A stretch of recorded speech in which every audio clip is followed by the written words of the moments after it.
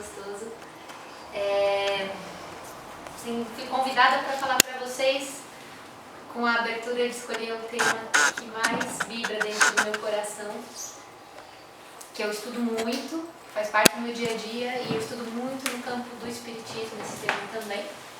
Para quem não me conhece, meu nome é Juliana, eu sou, como vocês, um espírito reencarnado agora nessa vida com esse nome, com a oportunidade de ser espírita desde o berço, mas espírita por convicção filosófica, científica e religiosa. E aí tive a tarefa, nessa reencarnação, de desenvolver a profissão da medicina. E esse tema é de profunda satisfação para mim, porque é nele que eu encontrei o meu sentido existencial. Hoje eu não tenho dúvida que faz parte do meu projeto reencarnatório, da minha tarefa, minha obrigação aqui na Terra. E o clímax dentro da medicina que eu pude aprender, tenho aprendido todo dia, junto com o espiritismo, onde eu vejo a parte mais linda, na luz onde esses conhecimentos se unem, onde você vê a ciência humana chegando a tocar na ciência espiritual e começando a encontrar as verdades que nós já tivemos acesso através da doutrina, nos foi passada um pouco antecedência do que a ciência está chegando, é o próprio desenlace da vida. Então, falar sobre morte e morrer, para mim, é de suma importância e urgência. E eu tenho o prazer de trazer esse assunto para vocês. Eu gostaria de começar com uma provocação, Nós, espíritas aqui, que queremos estudar a doutrina dos espíritos, que acreditamos nela, nós precisamos falar sobre morte? Primeiro vamos passar sobre esse ponto básico, Morte é assunto de doutrina espírita? Para a gente pensar um pouquinho juntos, com pouco conhecimento que nós temos, aprendendo, vocês vão concordar comigo, Ju? Morte é um evento entre as leis naturais, que foram desenvolvidas por Deus, para o universo, e na doutrina dos espíritos, inclusive em vários capítulos lá do Evangelho, no livro dos espíritos, nós estudamos as leis naturais. Então sim, acho que morte faz parte, é um estudo nosso também. Morte é uma passagem entre os dois lados da vida, e nós estudamos o outro lado da vida, estudamos a interface entre os dois lados, a comunicação, para onde vamos, como seguiremos no porvir. Então, morte é um assunto do espírita. Morte é um evento natural que nós já vivemos muitas vezes, e vamos viver muitas vezes, quantas necessárias para a nossa evolução. Então, se nós estudamos a doutrina para tentar compreender melhor o nosso processo evolutivo, ajudar nessa caminhada alinhada com o projeto divino para nós, então sim, temos que estudar a morte. Bom, espírita, nós temos que falar sobre morte, precisamos estudar a morte. Mas para entrar um pouco na provocação de uma maneira mais profunda, como é que nós aqui reunidos, vemos a morte hoje? Eu trago para vocês duas propostas. Uma morte repentina e uma morte processo. Vamos começar de leve, pensar no nosso processo de desencarne só nesse aspecto. Uma morte repentina, uma bala perdida, um acidente, algo que ninguém estava inusitado, ou um infarto fulminante que você não sabia que estava adoecido até então. Se vocês forem escolher ou uma morte processo, uma morte onde há um adoecimento, há uma fragilidade dos órgãos progressivamente, com perda da funcionalidade e um desenlace do perispírito, da alma com o corpo, célula a célula, bem parecido como é o nosso processo de enlace célula a célula que a gente estuda na reencarnação. Vamos escolher quem vota na morte repentina. Se a gente pudesse escolher. Quem vota na morte processo? Tá bom. Ok. E aí hoje, a gente sai aqui da casa espírita e de repente a gente chega lá fora. E o nosso projeto é a morte repentina nessa encarnação. E vai ser repentino. Um minutinho só, reflitam. Qual o impacto se desencarnássemos daqui meia hora? Um impacto bem básico, gente, na rotina das pessoas que nos amam, que estão em casa, do trabalho de amanhã, das contas que eu tenho para pagar no final do mês. Vocês conseguem perceber o estrondo, o impacto do não esperado? Pra gente, o apego de tudo que eu estou plantando aqui, eu não estava esperando de forma alguma ter que, de repente, me desfazer desse projeto. E sim, isso não é só quem digo, tá? A doutrina dos espíritos reforça isso também, a morte repentina, apesar de às vezes necessária para a nossa programação reencarnatória, ela é muito complicada. Para quem fica e para quem vai, para quem está no processo do desencarne, né? O desenlace repentino ele é muito mais difícil. E isso a gente encontra, né? Livro dos Espíritos, alguns trechos para vocês. Na morte natural, o desligamento se opera gradualmente e sem abalo. Frequentemente ele começa mesmo antes que a vida se extinga. Na morte violenta, por suplício, suicídio ou acidente, os laços se rompem bruscamente e o espírito é surpreendido pelo imprevisto, fica como atordoado pela mudança que nele se opera e não compreende a sua situação. Também está lá no Livro dos Espíritos, quando Kardec pergunta como se opera a separação da alma e do corpo. Questão 155, né? A libertação da alma e do corpo se opera gradualmente, com uma lentidão variável segundo os indivíduos e as circunstâncias da morte. Os laços que unem a alma ao corpo não se rompem senão pouco a pouco. No entanto, por que nós temos tanto medo da morte? Né? E aí a beleza da doutrina de nos colocar de uma maneira racional a nos questionarmos, porque nós que temos até acesso a tanta informação sobre o processo da morte, todos nós vamos morrer, tudo bem, né, gente? Alguém está muito em paz com a ideia da morte, com o processo, com o porvir, com o ser agora, o ser amanhã? A gente tem questões com a morte, né? Não é um assunto na minha casa da mesa do almoço, mas na de vocês eu imagino que não, né? E causa abalo mesmo na minha casa, né? Então, de uma forma didática, eu quero trazer para vocês, primeiro, a clareza, que um dos motivos de nós termos tantas dificuldades com o assunto, eu não vou traçar a palestra sobre isso, porque tem uma questão histórica e cultural muito grande, daria aulas sobre isso, né? Sobre o estudo social da morte, mas é um tabu imenso para a sociedade em si, matéria, e também no meio espírita. E aí eu vou trazer uma crítica para mim mesma e para nós aqui, né? Porque nós espíritas temos medo da morte, eu vou separar em 3 grandes blocos dos motivos, só para ficar um pouquinho mais didático. Nós temos medo por um pacote de motivos que estão relacionados ao apego e preocupações. Justo, né? As pessoas que eu estou vinculada agora, que eu não quero de repente me desvincular, e como é que eu vou conseguir manter o meu contato, o meu afeto, a distância, um vivendo na carne e o outro fora, né? Os meus projetos que eu estou investindo energia agora, sentimento, os meus afetos, os meus bens, preocupação com quem fica, como eles vão se manter sem minha presença, eles vão sofrer ou não vão. Então tem essas questões. Um outro pacote de motivos para o nosso medo da morte é o receio do porvir. E aqui cabe, não, mas eu vi lá, né, tem nosso lar, tem várias cidades no plano espiritual, mas existe um receio bastante primitivo, que a gente quase não olha, que é a certeza de ter que ficar frente a frente, e nós ficaremos despidos com as nossas próprias imperfeições. Vai ser um momento de extrema sinceridade conosco, o momento do desencarne, onde a gente de repente vai falar, putz, isso aqui eu podia já ter resolvido nessa encarnação, podia ter melhorado esse aspecto meu, moral ou intelectual, de conhecimento, e eu ainda estou patinando.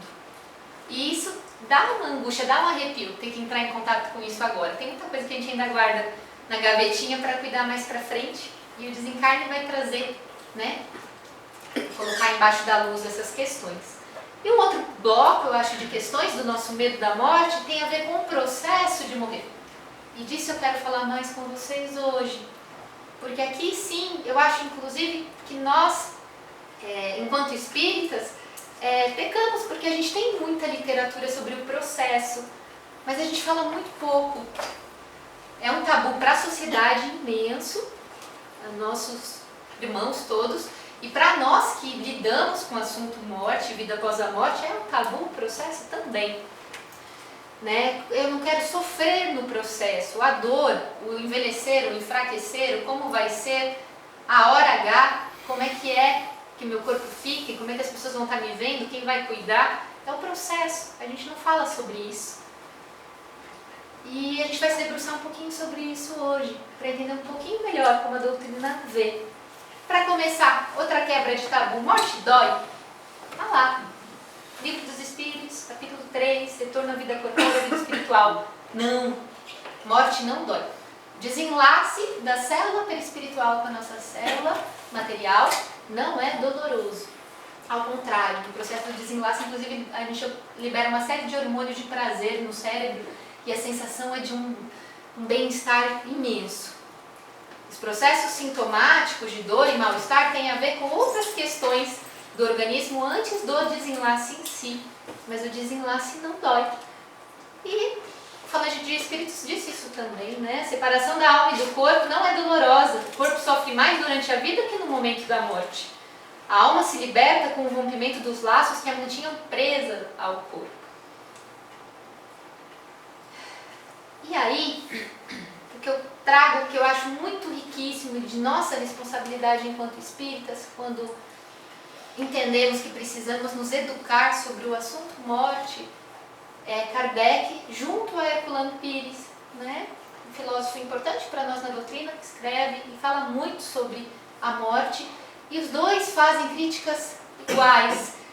Eles nos contam que as religiões, elas tinham essa missão, todas elas. A doutrina também tem, enquanto religião também, que é de ser uma grande educadora para a morte, de nos ensinar a termos comportamentos diferentes em relação ao porvir, ensinando não só o que vai acontecer depois, mas todo o processo de vida, viver com clareza da nossa despedida, né, daqui da Terra.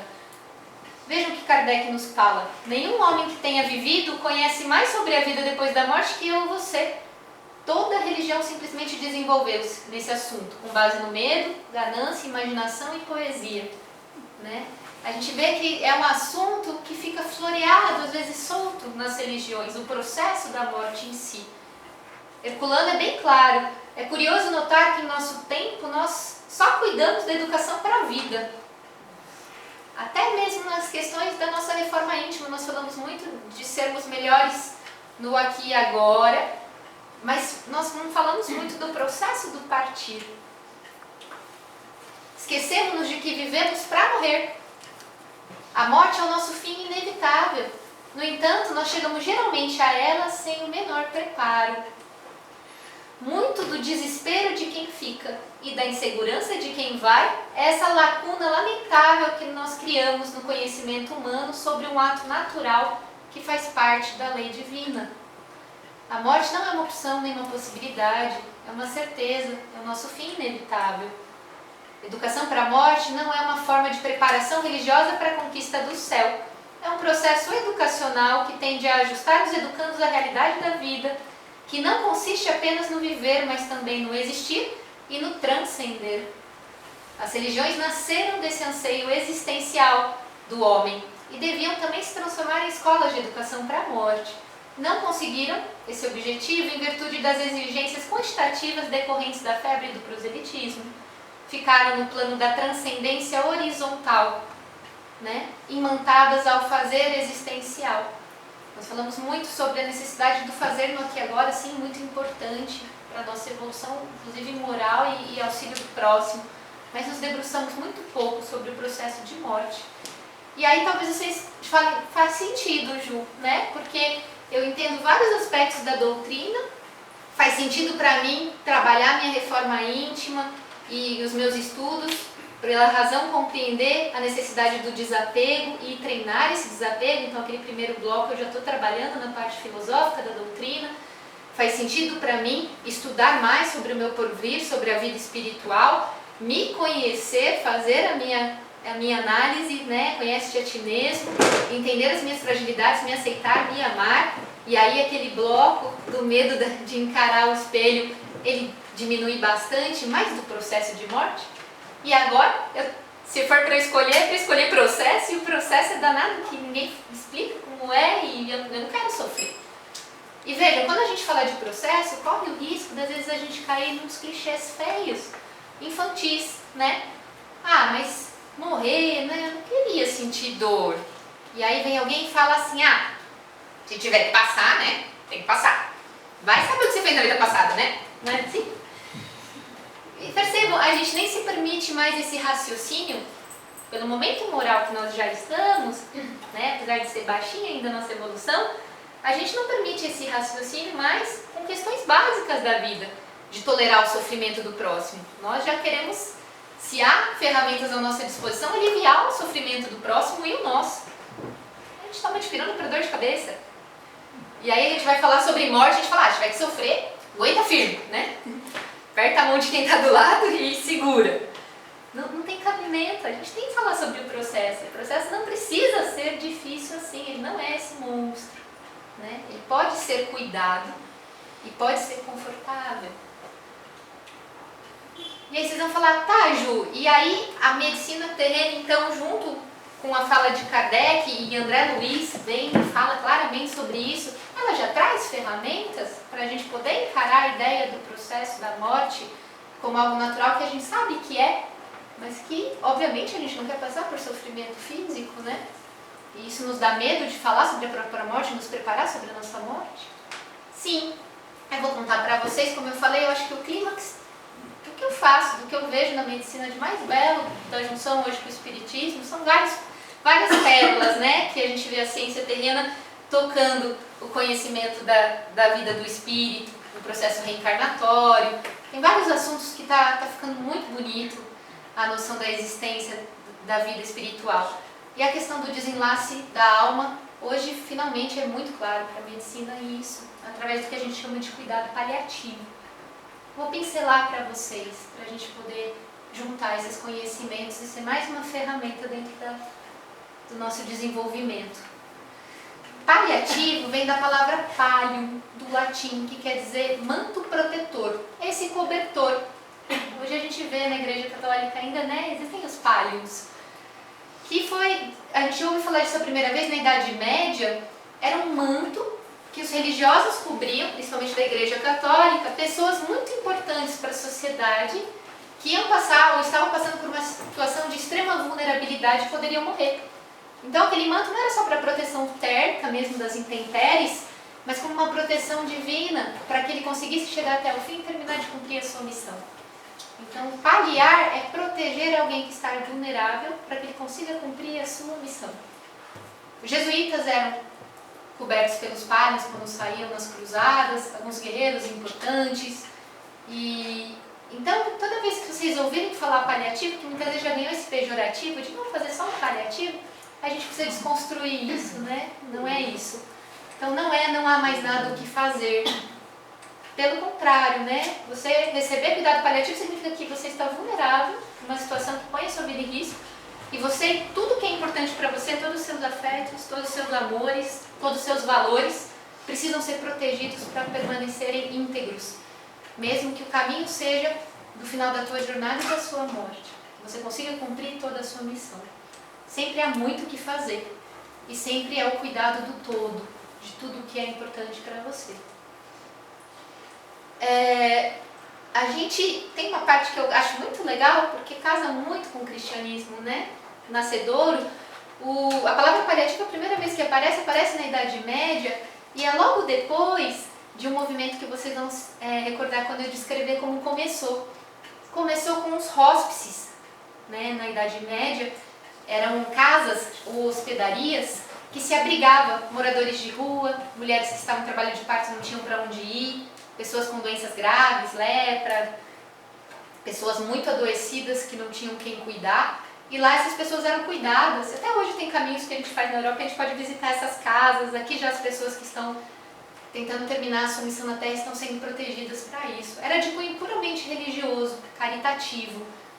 E óbvio que esse movimento nasce, né, lá do Pedro, né, do Simão, depois que Jesus desencarna e ele vai fazer a primeira casa do caminho em Jerusalém. E a gente ouve a primeira descrição da caridade dentro do conceito cristão, que era quando os sábios perguntavam para Pedro, Pedro, o que você está fazendo? Enquanto ele limpava a ferida de alguns irmãos nessas casas do caminho, que às vezes dormiam ali, ficavam ali para comer, se hospedar, e ele falava, estou cuidando com carinho, né? Estou fazendo caridade. E dessas casas antigas surge o que hoje a ciência se debruçou, tentando buscar esse cristianismo redivino e cuidar do espiritual do ser humano. E aí o que hoje nós chamamos de cuidado paliativo nasce, na verdade, só da década de 60. Uma mulher muito especial que eu queria contar para vocês, que é essa aqui, essa moça chama Cicely Saunders. A Cicely percebeu esse buraco negro que a ciência tinha com a religião e a necessidade da gente cuidar do sofrimento humano e de valorizar a alma. Para a gente entender tudo que essa mulher fez, basta uma frase dela, né? Muito bonita, eu vou ler para vocês. Ao cuidar de você no momento final da vida, eu quero que você sinta que me importo pelo fato de você ser você. Que me importa até o último momento da sua vida e faremos tudo o que estiver ao nosso alcance, não somente para ajudá-la a morrer em paz, mas também para você viver até o dia da sua morte. Nós não podemos curar você, mas continuaremos a cuidar de você. Percebam? A filosofia hospice nada mais é do que um outro nome para a proposta da filosofia cristã, do ponto de vista de quando está na arte de cuidar de alguém em sofrimento e vulnerabilidade. Todos nós que nos importamos com a nossa sociedade, com quem está vulnerável e com sofrimento, somos militantes dessa filosofia. E aí, quando há uma doença grave e sofrimento, as pessoas que vão ajudar do ponto de vista social e médico são as pessoas que fazem o cuidado paliativo. Isso tem que ser feito hoje pela Organização Mundial de Saúde. Que beleza, né? Suporte espiritual, religioso, psicológico, físico e social para qualquer doença grave, independente do prognóstico. Mesmo se a pessoa for curar, ela tem direito a receber cuidado do sofrimento. Só que a maioria de nós vamos ter ao longo da vida, se a gente não for de morte repentina hoje à noite, a gente só pode ir por um outro caminho, que é a morte-processo. E a morte-processo envolve um adoecimento e enfraquecimento dos órgãos progressivo, envelhecimento acelerado. E vai chegar numa fase avançada disso, onde nós teremos já a nossa doença incurável, avançada, e nós teremos, mais ou menos um ano antes da gente partir, mudanças frequentes. Toda semana o nosso corpo vai mudar um pouquinho. Hoje a ciência entende isso. Igual na gravidez, hoje a menina acabou de ter a concepção do óvulo com o bebê. Se ela for num médico muito bom, obstetra, dele examinar e falar, você está grávida. Eu? Imagina, nem fiz teste, nada ainda. Tudo muda. O pulso muda, a cor dos lábios muda, a vulva muda, o ritmo do coração muda, o pH da boca, tudo muda, o corpo muda. É fisiológico, o corpo está se adaptando para um processo sagrado. A finitude também é um processo sagrado que o corpo começa a se cuidar um ano antes da gente partir. E se a gente entende isso, a gente consegue preparar todo o entorno. A família, o paciente, valorizar as questões, né, morais importantes para eles e de necessidade de serem resolvidas sociais. E cuidando desse processo todinho, existe um momento lá na nossa grávida, não tem, que tudo muda, a bolsa rompe, cólica aperta, se eu fizer o exame vai ter mais de 3 centímetros de dilatação, e aí o médico fala, começou o processo ativo do parto, trabalho de parto, né? Também tem um dia, bem próximo da nossa despedida, que tudo muda, que a gente começa uma respiração mais funda, o pensamento fica confuso, vem um sono grande, uma febrezinha e um barulhinho para respirar, começou o processo ativo da morte. E tem cuidados, do mesmo jeito que ao longo da vida toda tem cuidados específicos para esse momento, remédios certos para que a pessoa fique mais tempo com a gente, mais confortável possível e seja digno esse momento, esse desenlace seja feito no tempo correto e confortável para ele. O que a gente chama de cuidado com luto é o que eu cuido desde a hora do diagnóstico, é o tom de voz com a família, com o paciente, é o acolhimento, é a abertura quando há de ensinar que a gente não tem uma vida só, que esse é um processo que todos nós vamos passar. Né? É um momento muito transformador da nossa reencarnação. Pode ser de um ganho imenso para nós, se vivido da melhor maneira. Os trabalhos científicos mostram isso. A cada uma pessoa que morre sem receber todo esse cuidado, 9 ficam doentes depois na sociedade. Depressão, obesidade, pânico. Várias famílias minhas, né? O paciente acabou de morrer, minha irmã está com câncer, minha tia começou a ter Alzheimer, né? Fora o gasto financeiro do processo do adoecimento, todo mundo fica doente. Quando não há esses cuidados, a morte é mais rápida e com muito sofrimento intenso no processo, ficam muitos traumas para quem fica também. E a gente está deixando de prover um direito humanitário, segundo a Organização Mundial de Saúde. Todo mundo tem direito a isso. Só para finalizar esse assunto com vocês, um exemplo bem prático. Esse desenho, pessoal, eu quis trazer, porque vocês vão entender bem claro o que eu estou dizendo. Isso aqui é de antes da década de 80, mas é o que a maioria dos profissionais de saúde, que nós mesmos, sociedade espíritas, acreditamos, porque morte a gente bate na madeira, não conversa, e aí a gente desenha isso aqui, né? É um gráfico que está dizendo que a pessoa fica doente, a gente faz todo o tratamento para tentar curar, e depois não tem mais. Eles chamavam isso de cuidado paliativo. Trata, acabou a possibilidade de tratamento, começava um abandono terapêutico, né? Leva para casa e cuida, que não tem mais o que fazer, né? E eu tive uma moça que me ligou um dia, nome fictício, Margarida. Doutora, eu estou morrendo de medo de te ligar, eu não queria te ligar, mas eu não tenho mais ninguém para pedir socorro, chorando. Me passaram o seu telefone, falaram o que você faz e eu estou ligando, mas eu estou com medo de falar com você. Meu pai tem um câncer de bexiga avançado, bem velhinho já, com demência, e sangra muito. O doutor falou que não tinha cura, mas está fazendo quimioterapia, tratamento, e sangra e dói, volta para casa, sangra e dói, volta para casa. Aí hoje a gente foi na consulta que estava muito ruim ele. E aí o doutor falou, Dona Margarida, para o seu pai, tudo que tinha para fazer na medicina eu fiz. Agora não existe mais nada, é só cuidado paliativo. Aí falaram, eu ligo para Juliana. É óbvio, né? Provavelmente ela me via com uma foice do outro lado do telefone. E agora vem a pessoa que declara a morte, né? E é óbvio que o doutor do pai da Dona Margarida não aprendeu de cuidado paliativo, de nada de assistência ao ser humano integral. Por isso ele reproduz esse modelo. Mas perceba como isso ainda está introjetado na gente, né? E a nossa responsabilidade social mudar, porque tem pessoas ao nosso redor, familiares e amigos que estão passando por processo de vulnerabilidade. E não precisa ser assim, né? É para começar no dia do diagnóstico, o acolhimento ao sofrimento. E ao longo da nossa vida, o sofrimento aumenta, o acolhimento aumenta.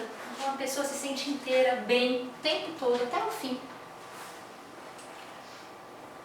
As duas portas precisam se abrir para todo mundo, o tempo todo. O alívio ao sofrimento e o acesso ao direito à saúde, à manutenção desse nosso corpo, esse vaso sagrado, né, que nos foi dado. Então sim, o Espiritismo inclusive fala sobre cuidado paliativo, né? A Associação Médica Espírita tem uma cartilha, tem apostila, tem vídeos, tem aula só sobre isso, porque tem tudo a ver, porque Chico falava sobre esse aspecto de cuidado do sofrimento claramente, Divaldo fala, e principalmente Kardec fala, e a gente precisa falar mais sobre isso. E como morrem as pessoas com morte tipo processo nos dias de hoje?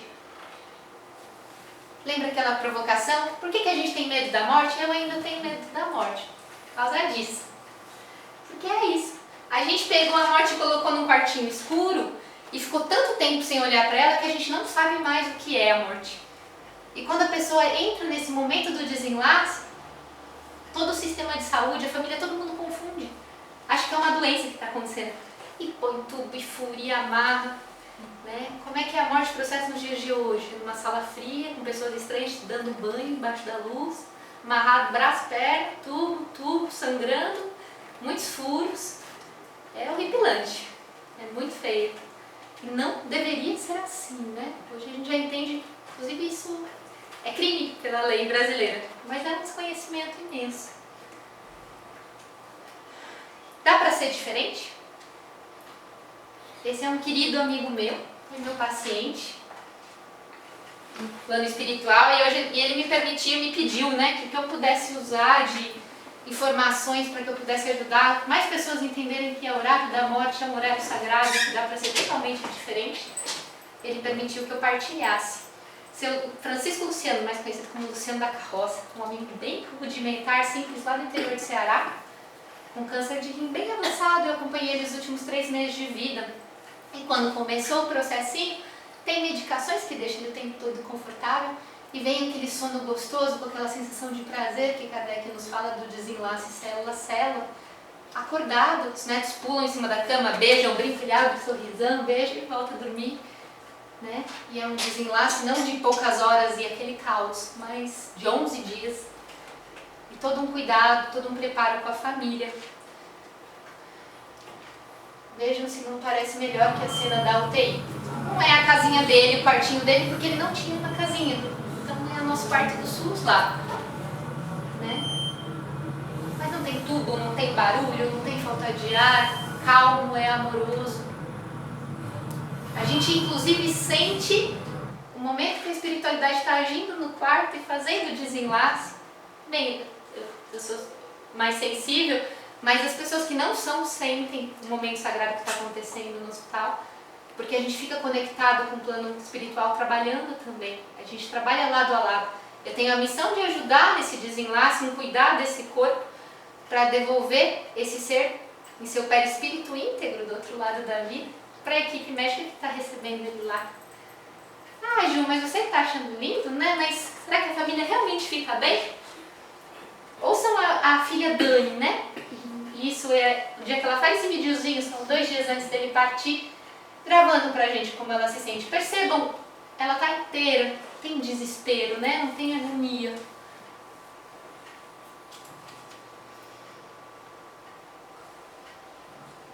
O Lele tá aqui no hospital com a minha sobrinha, né, pra vir.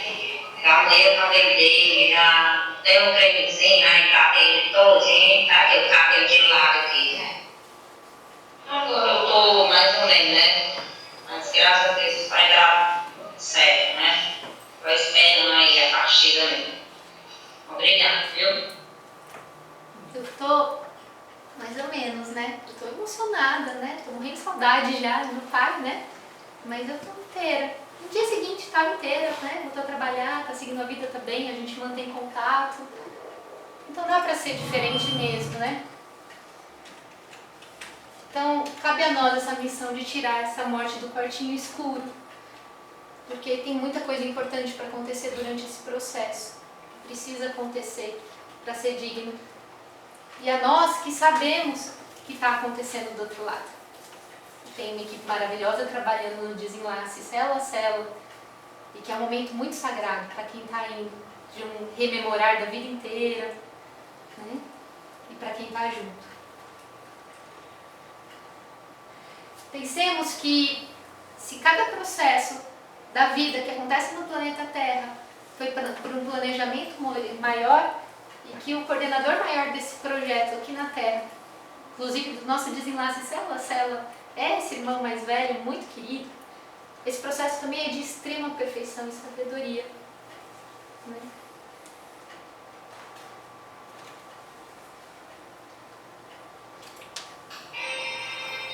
Através da mentalização, Jerônimo forneceu a oportunidade da oração final ao nosso amigo.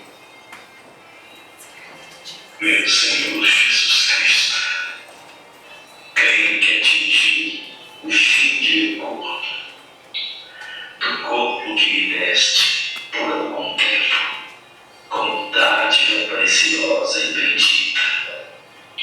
Não te posso implorar a bênção da morte pacífica, porque nada fiz de bom ou de útil por merecê-la.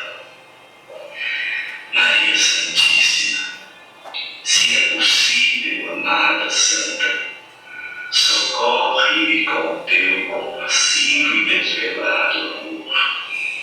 Sou agora também um menino frágil, com fome do afeto maternal, nessa hora suprema.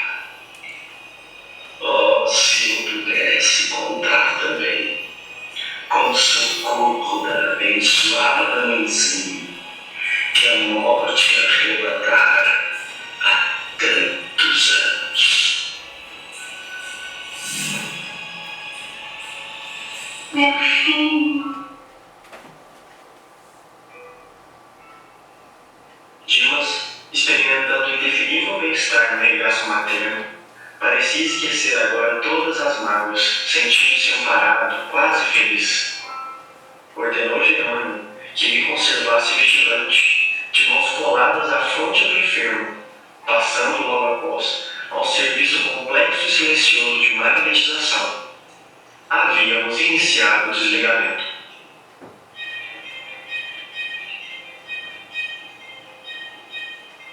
Jerônimo iniciou utilizando passes longitudinais, a fim de promover o desligamento das vísceras. A seguir, isolou todo o sistema nervoso simpático, neutralizando mais tarde as fibras inibidoras do cérebro. Começou a operar sobre o plexo solar, desatando laços que localizavam forças físicas. Com espanto, notei que certa porção de substância leitosa extravasada no umbigo, pairando em torno. Com passes concentrados sobre o tórax, relaxou os elos que mantinham a coesão celular no centro emotivo, operando sobre determinado ponto do coração.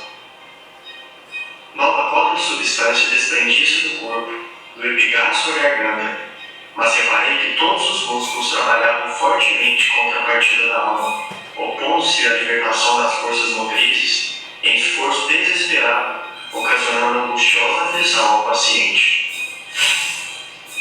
Alcançáramos o coma em boas condições. Era a última etapa. Concentrando todo o seu potencial de energia na fossa coroidal, Tirano quebrou alguma coisa que não pude perceber com minúcias, e brilhante chama violeta dourada desligou-se da região craniana, absorvendo instantaneamente a vasta porção de substância leitosa já exteriorizada. Quis fitar a brilhante luz, mas confesso que era difícil fixá-la com rigor.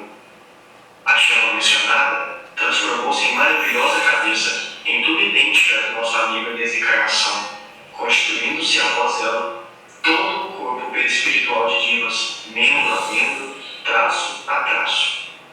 Dimas desencarnado estava ligado ao corpo através apenas de leve cordão prateado, semelhante a um elástico entre o cérebro de matéria densa, abandonado, e o cérebro de matéria rarefeita do organismo liberto.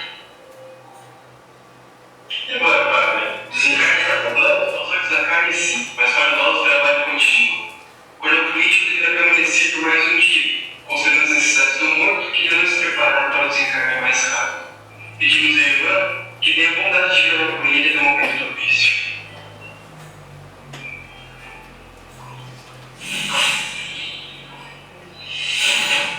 Devido aos méritos adquiridos, foi permitido que Dimas tivesse defesas pessoais, mas a residência conservava-se à mercê da visitação de qualquer classe.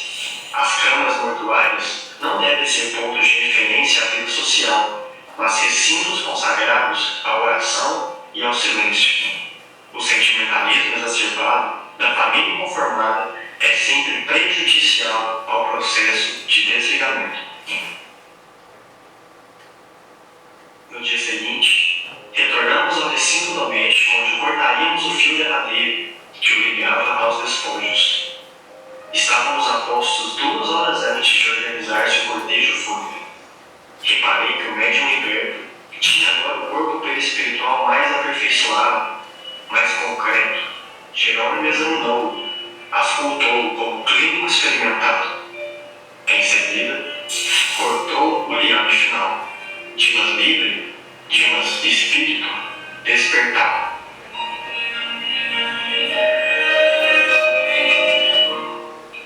Mãe.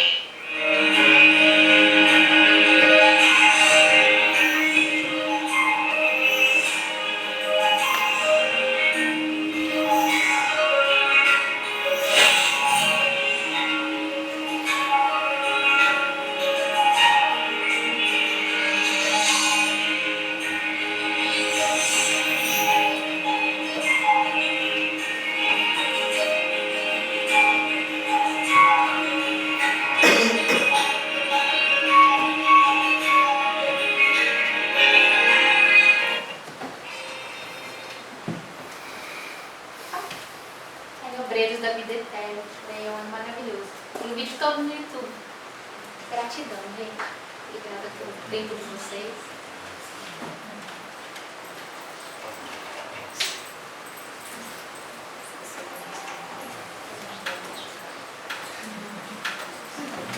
Muito.